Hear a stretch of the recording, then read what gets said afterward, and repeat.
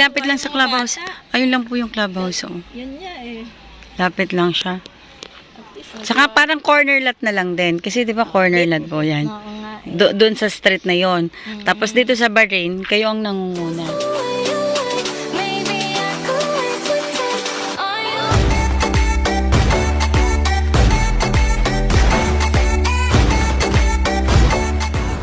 Hello mga kapitbahay and home investors. Good morning! For today's video, magto-turn over tayo dito sa Meridian Place ng lot only.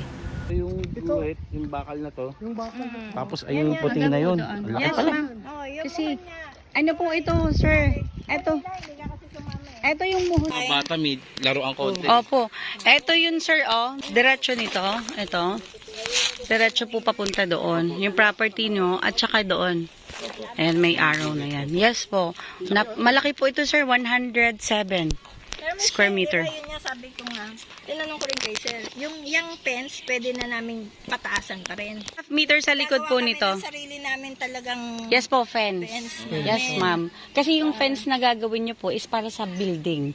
Building nyo, sa bahay nyo. Ito po kasi fence na ito ay para po ito sa sa fence dito sa subdivision. Yung pong fence na yan ay hindi na po pwedeng galawin since hindi po yan kasali sa property na binili natin. For construction, ipa-approve po natin sa admin ang perspective plan. Once approved, bayad po ng construction bond and then secure permits from LGU. Para walang aberya sa pagpapatayo ng ating dream home. Dito sa Meridian, available din dito ang residential lot only aside from house and lot. From 96 square meter to 100 plus square meter. Lapit lang sa clubhouse.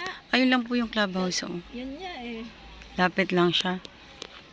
Saka parang corner lot na lang din. Kasi di ba corner lot po yan. Oo nga eh. Doon sa street na yon. Tapos dito sa Bahrain, kayo ang nangunguna.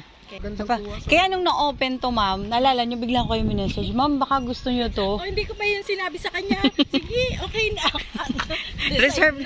Sabi niya, i-hold mo na, Michelle. Kausapin ko na lang si Jan. Daw na nga siya nung sinabi sa akin. Talagang para sa inyo to, ma'am. Itong lupa na to. Ang ganda yan, laki.